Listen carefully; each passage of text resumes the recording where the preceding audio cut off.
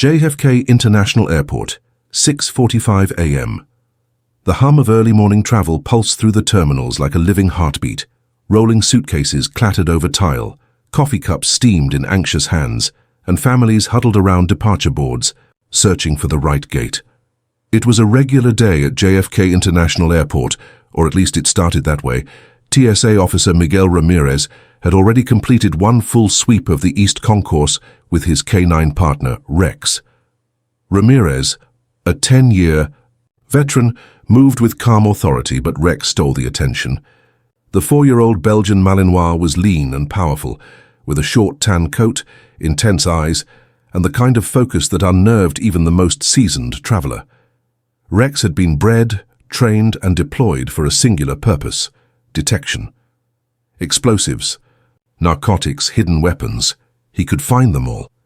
He had a near-perfect record of alerts, never barking without reason. To Ramirez, Rex wasn't just a dog. He was a partner, a silent sentinel with instincts machines could never match. As they passed through the wide glass entrance to Terminal B's International Arrivals Wing, Rex suddenly stopped. His head snapped toward the right, ears raised, body stiff. A low growl vibrated in his throat. Ramirez paused. "What is it, boy?" Then it came. "Bark." It wasn't the usual alert bark. This was visceral, aggressive, and relentless. Rex lunged toward a woman in the crowd. Passengers gasped and stepped back. A little girl dropped her plush toy and began to cry. Even the security staff on duty jumped. Ramirez instinctively tightened his grip on the leash, planting his boots as Rex pulled with surprising strength. "Ma'am," Ramirez called, moving forward. "Stop right there." The woman, tall, mid-30s, hoodie pulled low over her forehead, sunglasses shielding her eyes, froze in place. She was holding an infant snug against her chest in a front sling. A large pink diaper bag swung from one shoulder. The baby was bundled tightly in a fleece blanket, seemingly asleep. I'm just looking for baggage claim," the woman stammered, inching back. Rex barked louder. He surged forward again, dragging Ramirez a few feet closer. His eyes stayed locked on the woman and the baby, laser-focused. "Remain still," Ramirez shouted, raising his hand for backup. Airport security converged quickly. One officer ushered bystanders away from the scene, another called for a secondary screening unit.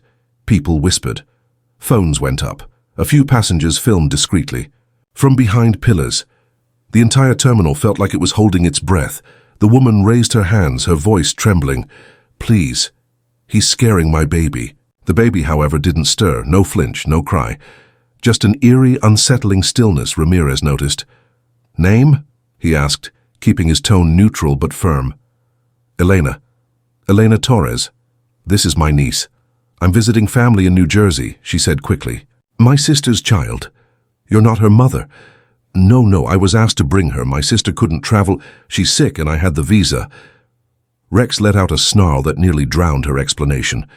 He wasn't barking at random, he was targeting the sling. Every time she shifted the baby slightly or turned away, he adjusted, tracking with unrelenting intensity. More TSA officers arrived. One approached Ramirez quietly. "Is he sure?" "He's never false-flagged." "Never?" Then, to everyone's shock, Rex sat, not out of calm but from certainty. That was his final signal. A canine sitting meant the threat was real. Ramirez nodded grimly. "We're taking her in." As Elena was escorted toward the inspection area, she glanced over her shoulder at Rex and, for just a split second, her mask cracked, her lip trembled, her eyes darted in panic, and Ramirez, seasoned though he was, felt a chill race down his spine. Something was very, very wrong. JFK International Airport, secondary screening room, 7:10 a.m. Elena Torres sat stiffly in the metal chair, clutching the bundled infant to her chest. Her hoodie was unzipped now, revealing a faded pink shirt beneath.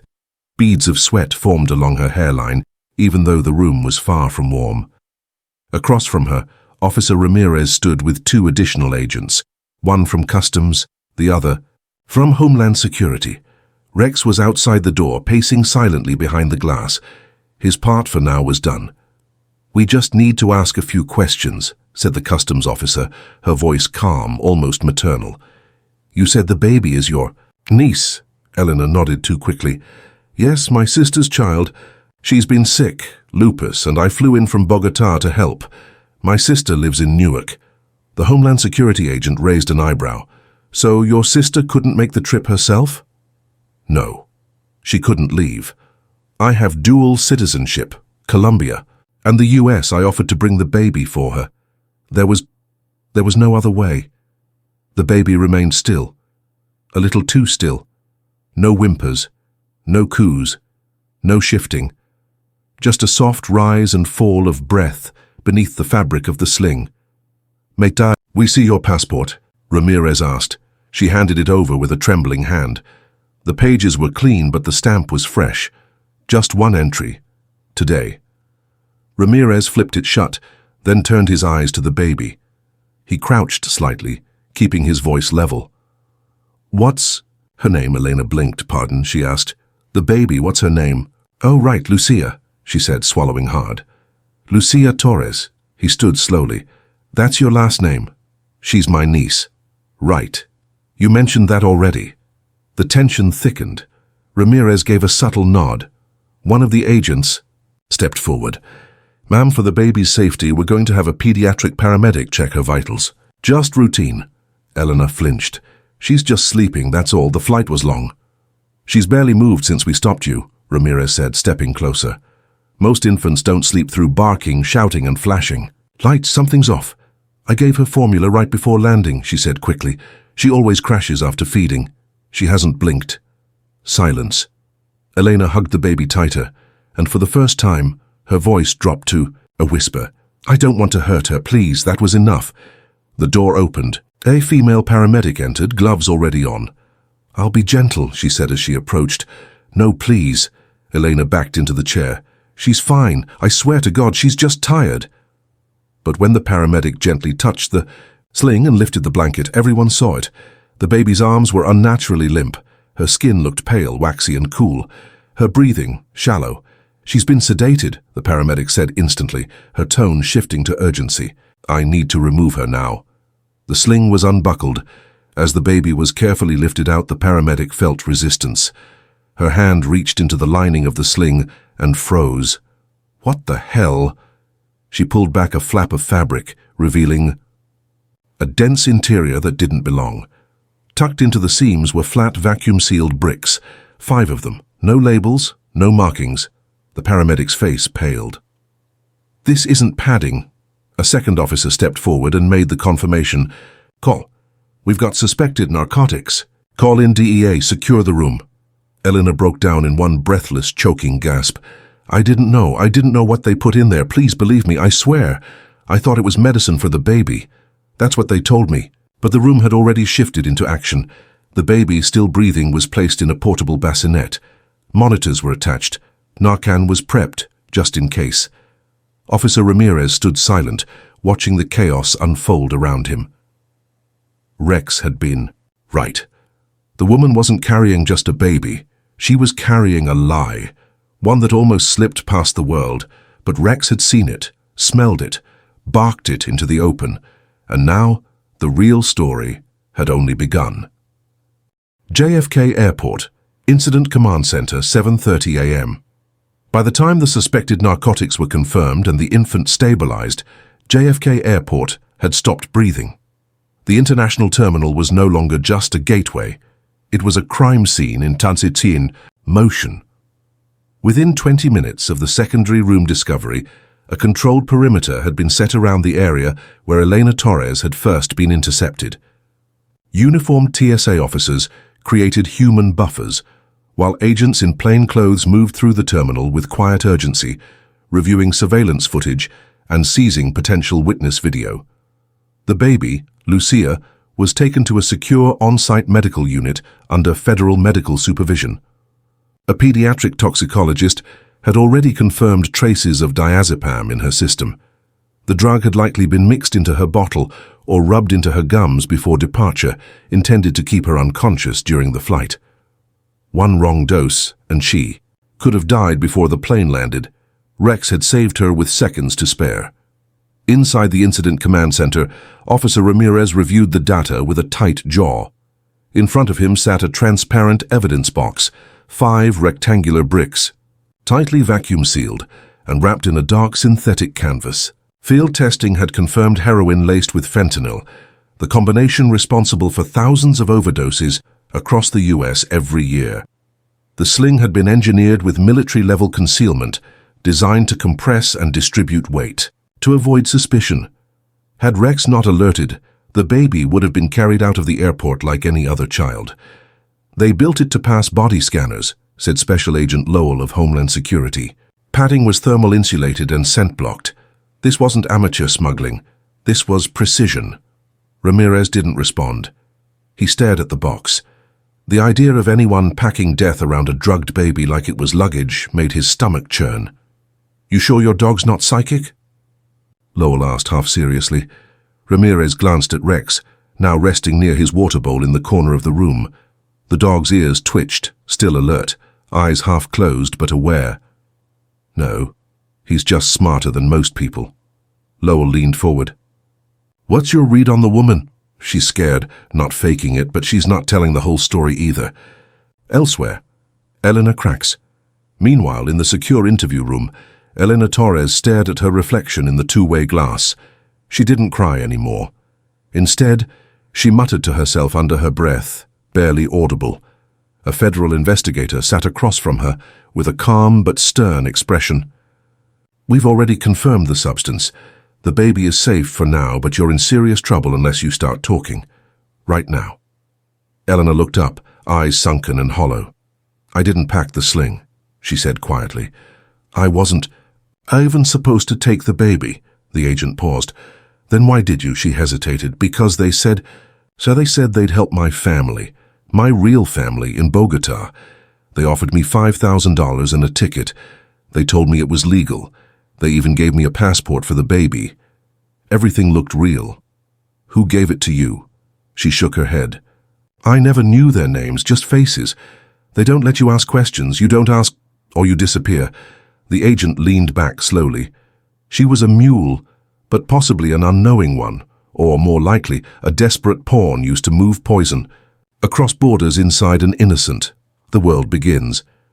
Watching news outlets were already catching wind of something unusual. Leaked footage from the terminal showed Rex's aggressive reaction and the swarm of agents surrounding the woman with the baby. Onlookers posted headlines like, "Dog loses it at baby in airport. Moments later, TSA makes shocking discovery." The public didn't yet know the full truth, but the story was moving fast. And authorities knew if there was one baby, one carrier, there could be more, many more. Rex, now dozing lightly in the command center, stirred again. Ramirez noticed. "What? Is it, boy?" Rex sat up straight, ears perked. And across the screen, surveillance footage showed a second woman, carrying a similar sling, walking casually toward baggage claim. JFK Airport, Surveillance Center, 7:48 a.m. The room went still. On screen, the second woman walked with confident, measured steps. Straight-backed dark blue jeans, large sunglasses, and a light green wrap covering her torso. The infant sling was patterned with sunflowers, and a stuffed giraffe dangled lazily from one strap. No one watching said a word. The similarities were too exact. Ramirez spoke first. "That sling is almost identical," Special Agent Lowell tapped. His pen on the desk. "Scent-proofing, weight balance, same stitch patterns. It's another drop." The woman passed through the outer terminal with ease. No signs of panic, no hesitation. She smiled at a passerby, even paused to wave at a child. "Zoom in," Ramirez ordered. The camera zoomed. This baby, if it was a baby, was also motionless. A sun hat shadowed most of its face, but there was no visible movement. No slight jerks, no wriggles. And then one of the agents cursed under their breath. "She's heading toward the rideshare pickup area. She's almost out." Lowell grabbed his radio. "Code Yellow Echo, we have a second suspect. Repeat, second carrier in motion. Route all agents to Terminal B, South Exit Gate. Outside, countdown to exit." The second woman stepped out into the sunlight. A breeze fluttered the corner of her wrap. She adjusted the sling absent-mindedly, reaching for her phone with the other hand. To the casual observer, she looked like any other mother waiting for a car after a long flight. Inside the terminal, Ramirez sprinted down the main hall, Rex at his side, leashed tight but straining. Officers spread out like ripples across a pond, moving swiftly but without drawing attention. The goal: intercept, not in sight. At the curb, a black SUV slowed. The woman glanced at the license plate and moved to approach, but she never got to the... "Door, ma'am!" Ramirez shouted, breath sharp, boots thudding on pavement. "Don't move!" She froze, one foot inside the car. Rex let out a warning growl as they closed in. The driver, unaware of the situation, looked startled and began rolling down the window. "Back up," Ramirez barked. "Put your hands where I can see them." The woman slowly raised her arms, then, shockingly, bolted. She ducked under the open car door and sprinted, baby and all, through the parked lane of vehicles. Ramirez didn't hesitate. He released Rex. "Go!"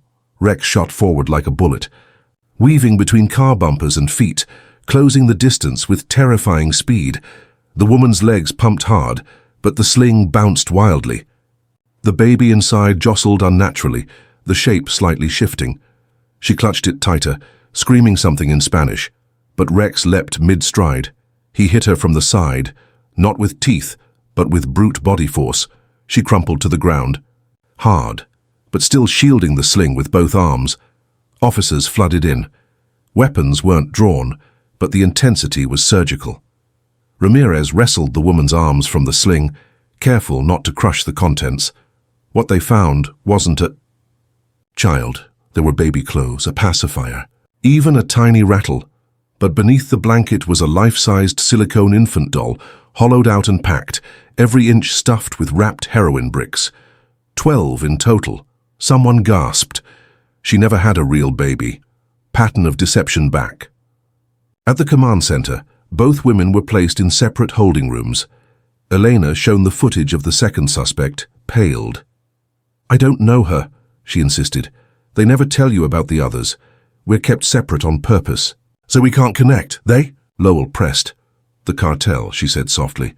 "They run this like a business. You don't question anything. You just get on the plane." Now the truth was forming. Dozens of carriers, random airports, fake babies, real drugs, and none of it would have been uncovered, if not for a single dog. As the sun rose higher over JFK, Ramirez looked at Rex, still alert, still silent. He gave his partner a nod. "You just blew open a whole damn operation." Homeland Security Field Office, Manhattan, 11:30 a.m. 4 hours had passed since Rex's first bark had unraveled the scheme at JFK, but the case was expanding faster than anyone could contain it. On the top floor of the Homeland Security Field Office, Ramirez sat across from a smartboard covered in photos, maps, and timelines. The heroin from both slings had been sent to a DEA lab for deeper analysis. Early tests showed a purity rarely seen in domestic seizures. This wasn't street-cut product. It was cartel-grade. Export tier. Agent Lowell rubbed his temples as he pointed to an image of the silicone doll recovered from the second carrier. They're not just smuggling drugs. They're refining the narrative. They're using maternal imagery to manipulate detection psychology. No one wants to challenge a woman with a baby. Ramirez nodded grimly. And if that first baby hadn't been real, if she used a doll like the second, Rex might not have barked at all. He reacted to something organic. He smelled life. Which means, Lowell added, they're experimenting, mixing real babies with fakes, to test security gaps, trial and error. Another agent entered the room with a file marked confidential. We pulled manifests. 3 flights from Bogota in the last 5 days. Same airline, different passengers. All women traveling solo, each listed with an infant. Here's where it gets worse. One of those names matched a missing persons alert issued in Miami. A woman. Vanished shortly after arriving. Her phone pinged last in a rideshare 5 miles from the airport. They laid the woman's photo beside Elena's. Similar age, similar build. Same dead eyes in the passport photo. Same cartel? Ramirez asked. Lowell didn't answer at first. He turned back to the board, pointing to a new entry that had been added. Codename, The swaddle rutea term intercepted in encrypted cartel messages translated from Spanish. It appeared repeatedly in DEA intelligence over the last 3 months. No one had decoded what it meant, until now. "They've been running this op under our noses," Lowell said. "Using fake slings, real infants, fake documents, staged family connections. They're calling it the swaddle route because they use the illusion of motherhood as camouflage." Ramirez's jaw clenched. And no one saw it. No one. Until Rex. Inside Elena's mind back in the holding cell, Elena stared at the mirror. Her voice was calmer now. Not because she wasn't afraid, but because she was tired of running. "You don't understand," she told the female agent interviewing her. "They don't just recruit poor women. They find mothers. They target ones with children already. They threaten them, tell them their babies will be next." The agent leaned in. "So they threatened you?" Elena's eyes flickered. "I have a daughter," she whispered. 6 years old. Her name's Daniela, still in Bogota. They showed me photos of her school, her teacher, her route home. Told me if I said anything, they'd find her first." The room chilled. "Where is she now?" Elena shook her head. "I don't know. I haven't heard from them since I landed. I'm scared she's already—" Her voice broke. "Please, I didn't want this. I just wanted her safe." The agent left the room in silence and passed the update to Ramirez and Lowell. "They're not just mules, they're hostages." Lowell's mouth was a grim line. "We have to treat this as trafficking now. Narco-human hybrid ops. This is next level." Ramirez stood, adrenaline rising again. "I want in on the task force, and so does Rex." Lowell gave a dry smile. He already made himself lead investigator. Somewhere else, the next carrier in a quiet corner of LAX airport, a woman stepped off a plane from Lima. She walked confidently, a pink sling on her chest, a sleeping infant beneath. She didn't know yet that a Canine alert had gone viral. She didn't know a single dog in New York had shattered the silence. But somewhere down the line, someone would hear a bark again, and this time they wouldn't ignore it. Bogota, Colombia, 2:04 a.m. A thunderous crack of boots on concrete shattered the night silence in the Santa Cruz district. 12 U.S. and Colombian agents, flanked by masked tactical police, stormed an abandoned childcare center on the city's outskirts. Intel, provided quietly by Elena in exchange for protection for her daughter, had pointed here. They called it La Guarderia, the nursery. But what lay inside was no place for children. Room after room was filled with remnants of innocence warped into criminal infrastructure. High-end slings lined the walls like merchandise in a twisted boutique. Dolls, molds, even real infant clothing were scattered across tables. Vacuum sealers hummed next to bricks of heroin stacked beside pacifiers. In the back, cribs. 3 of them. Empty, until the agents opened a closet door. Inside, huddled in the dark, were 2 toddlers, barely a year old, sedated, breathing, abandoned by smugglers during the raid. A medic dropped to their knees. Alive, but drugged. The raid commander radioed it in. 2 recovered victims, estimated 10-14 months, possibly being prepped for export. They weren't carrying the babies anymore. They were stockpiling them. New York, crisis unit, 5:13 a.m.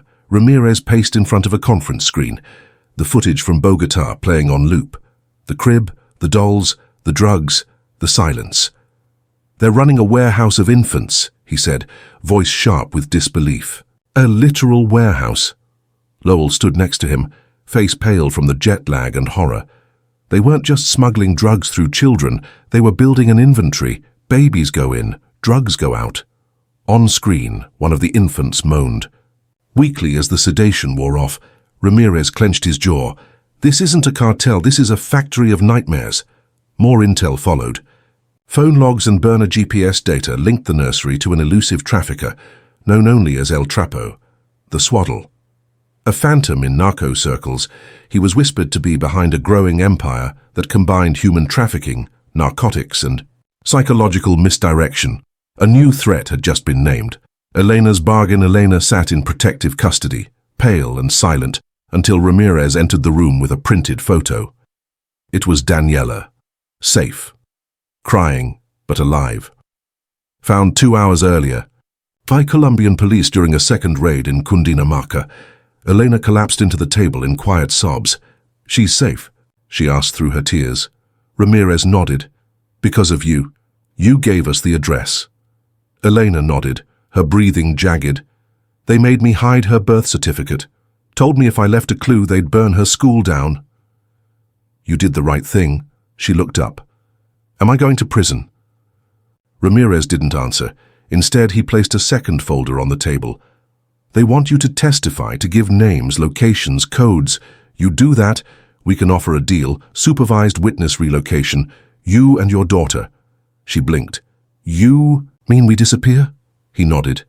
"You get new lives far away." Elena stared at the folder for a long time before slowly reaching for the pen. Los Angeles International Airport, 9:12 a.m. Back at LAX, a female customs officer received an alert. On her screen, a woman with an infant sling matching cartel smuggling patterns had just cleared customs 5 minutes earlier. Too late. But just as the woman reached for her luggage, something changed. A German Shepherd Canine patrol named Juno lunged toward her and began barking furiously. Another bark answered from a second dog, stationed 20 yards away. The terminal froze. Within seconds, agents swarmed. Inside the sling was a real infant, barely breathing, and beneath it, 10 new bricks. Again. Same. Formula. Different city. An operation unmasked by noon. The operation had spread to 6 international airports.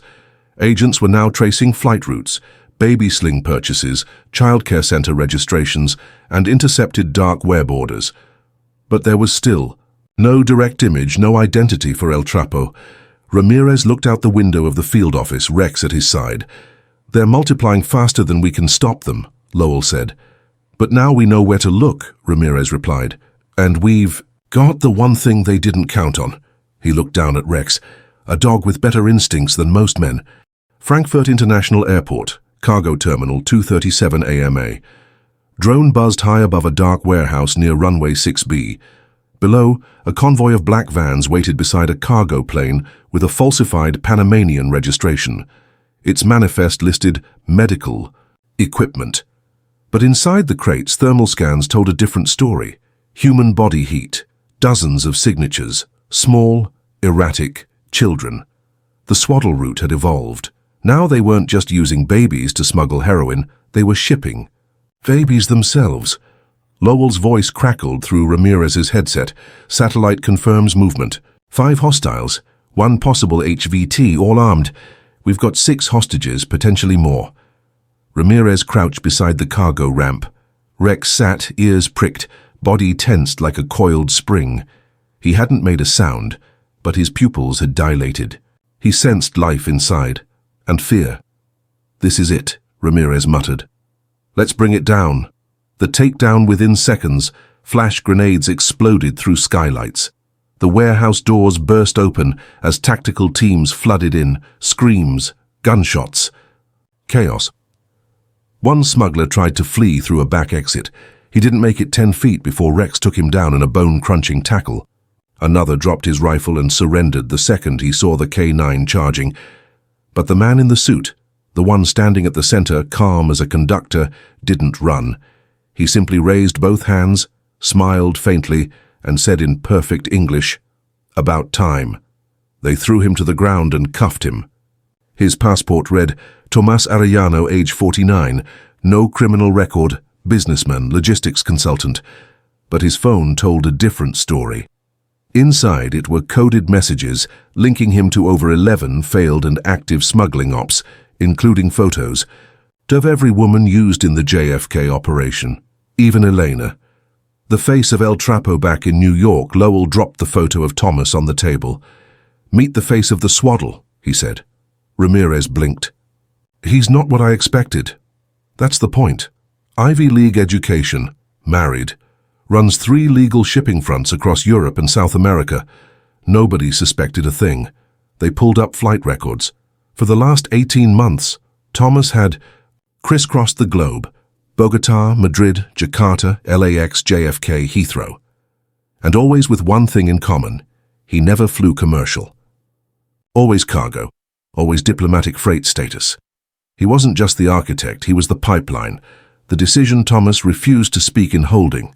He smiled, sat silent, never blinked.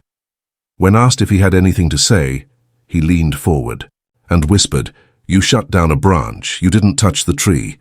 And then he handed Ramirez a slip of paper with a name, El Carousel. The Carousel. No explanation, no context. Just that. When agents searched the term on dark web forums, a thread emerged. Where do the babies go when the slings don't work? The carousel spins again. Ramirez felt the room go cold. A second operation, one even darker. Back to Elena. When shown Tomas's photo, Elena recoiled. He ran the nursery. He gave me Daniela's photo. Said she'd die if I failed. She shuddered. They called him El Trapo because he could disguise anything. Drugs as baby powder, dolls as infants, even humans as cargo. Did he ever mention the carousel? Lowell asked, her face twisted. Only once, when a girl disappeared, they said she got sent to the carousel for crying too much. No one ever saw her again. A clock starts ticking. Lowell turned to Ramirez. We just uncovered a second, deeper route. If the swaddle was the front, this might be where they dump the ones who can't carry. We talking about killing them? Ramirez asked, sick, or selling, or hiding. They both turned to Rex, now laying quietly by the wall, eyes open, listening, waiting. We only found this because of a bark, Ramirez said. One bark, Lowell nodded. And we may need him again, because whatever the carousel is, it's still spinning. Midnight, outskirts of Mexico City, the carousel facility. The night was thick with silence, the kind that pressed against your chest and made every breath heavier. A sprawling compound hidden beneath the shadows of mountains, guarded by high fences, armed men, and an ominous sense of finality. Ramirez stood with his team, layered in tactical gear, faces tight with resolve. Behind him, Rex sniffed the air, nostrils flaring as if catching a secret whisper carried on the wind. This was their last chance to stop the nightmare Thomas Arellano had unleashed. Remember, Ramirez said into his comms, we're not just looking for drugs. We're looking for children. Inside the carousel the air was sterile and cold, a gruesome contrast to the horrors Ramirez had imagined. Rows of small cages lined the walls, some empty, some rocking gently with restless movements. Whimpers echoed through the halls, muffled but heart-wrenching. Elena was there, clutching her daughter Daniela tightly, tears streaming down her face. She had been rescued days earlier, but insisted on coming. I need to find them, she whispered. The ones still trapped. Ramirez motioned to the team. Move, slow and steady. Suddenly, a metallic clang echoed down the hall. Heads snapped toward a door slowly creaking open. A figure stepped into the light, gaunt, terrified. A young girl no older than 8, clutching a ragged doll. Rex's ears perked up. Without hesitation, he sprinted toward the child, tail wagging, gently letting out a soft bark of reassurance. The girl's sobs turned to a smile, fragile but real. A deadly ambush just as hope flared, gunfire exploded. From hidden positions, cartel gunmen opened fire, pinning down the rescue team. Ramirez dove. Behind a crate, yelling for cover. Rex, stay close, he barked. The dog responded, guarding Elena and Daniela as Ramirez and his team fought for every inch. With precision, Ramirez returned fire, inching closer to the gunman's nest. Suddenly, one assailant broke cover and charged directly at Elena. Rex surged forward like a bolt, intercepting the attacker mid-strike with a powerful tackle, biting the man's arm and knocking the weapon away. Elena gasped but was safe. The final chase amid the chaos, a chilling scream pierced the air.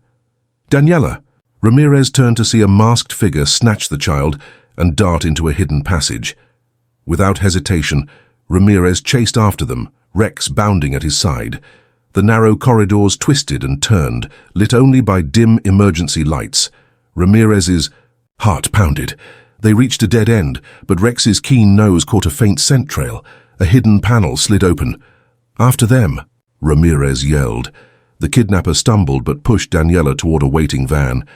Ramirez tackled the man as Rex lunged, teeth snapping inches from the kidnapper's face. The van door slammed shut, engine roaring. Bark that saved lives. Ramirez cursed. Pulling out his phone, helicopter overhead, get a tail on that van. As the vehicle sped away, Rex's barking escalated. Urgent, relentless. Suddenly a sharp crack sounded. The driver slammed the brakes, spinning the van off the road. Ramirez and agents swarmed the vehicle. They yanked the door open. Inside, Daniela was safe, crying but unharmed. Rex licked her face as she hugged him tightly. Aftermath and new beginnings weeks later, the world learned about the operation. The largest narcotics human trafficking cartel uncovered in recent history. The swaddle route was dismantled. The carousel was no more. Tomas Arellano awaited trial. Elena and Daniela began new lives, free from fear under witness protection. And Rex? He was hailed a hero. Ramirez held him close. "You did more than bark, partner," he said softly. "You saved lives." Rex wagged his tail, eyes bright with the kind of loyalty only a dog could give. The end.